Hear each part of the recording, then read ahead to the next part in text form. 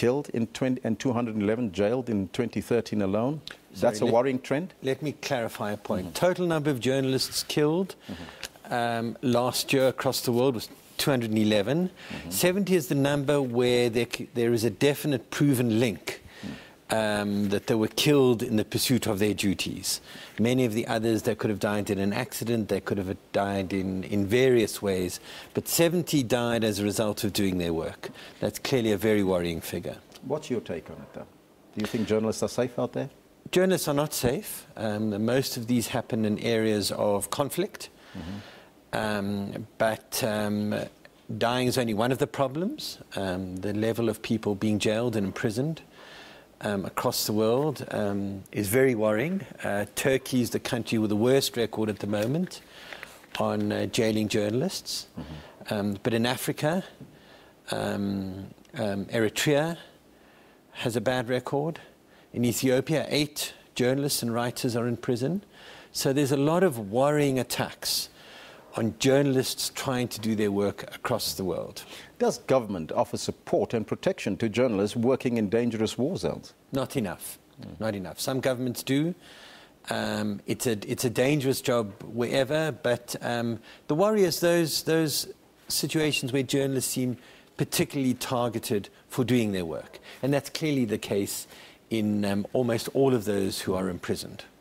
Now, some would say that journalists are bringing this onto themselves because they're going into dangerous war zones knowing full well what the dangers are. I think so, but they're there to make sure that the rest of the world, they're there to serve the public and the rest of us who need to know what's going on. War coverage is incredibly important to all of us in understanding war. But in many of the cases, particularly the jailing, the cases of people in jail, it's just journalists doing their work, writing about things that governments often don't want known by the public and the voters. So really, it's to say that journalists are bringing it on themselves is a little unfair when they're saying we're there to serve the public, we're there to make sure people are informed, we're there to make sure governments, that we know what governments are doing, and many governments are deliberately setting out to make that as hard and as dangerous and as risky as possible for journalists. Now, there are some international NGOs that offer training for journalists working in war zones. Does that help? It does help. There are a number that provide advice and assistance and training. Clearly, journalists have to be informed, they have to be careful, they have to be properly equipped these days. But can you make journalists 100% safe? No, you can't. But a lot could be done to make it safer and to recognize the important role journalists play in areas of conflict. What sort of advice and support do they provide the journalist?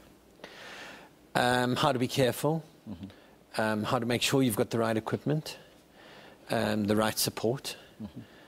And often it's also dealing with post-traumatic stress, dealing with the problem after you've been in a conflict situation.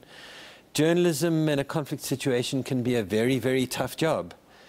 And I think there's insufficient appreciation of the risks journalists are taking for the sake of the public. Well, it is a risky job, as you indicated earlier. Now, these statistics could scare upcoming youngsters and journalists that want to become journalists, especially in war zones. What would be your advice, and how do we deal with this? My advice would be, look, there's many different kinds of journalism. It doesn't all have to be risky. That you need to be careful. You do need to know what you're going into.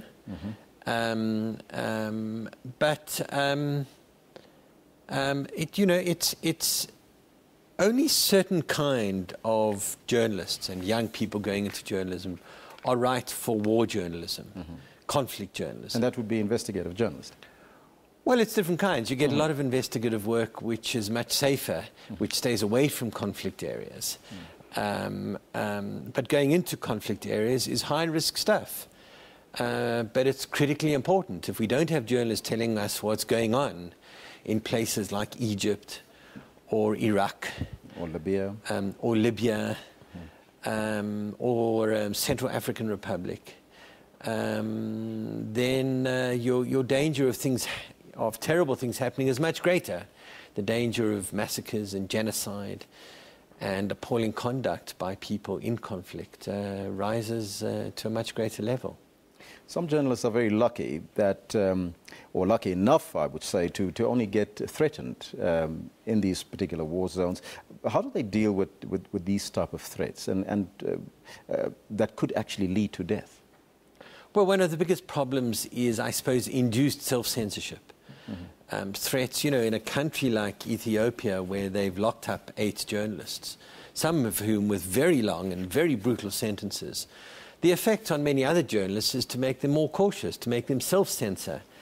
And that's clearly a major problem in a country like that, where one needs much more transparency. Much more transparency, but the countries themselves, how can they protect their own journalists, or is there such a thing? Well, I think that, apart from stopping to lock up journalists, I think countries should recognize the need to give much greater protection to journalists, both in law and in their treatment.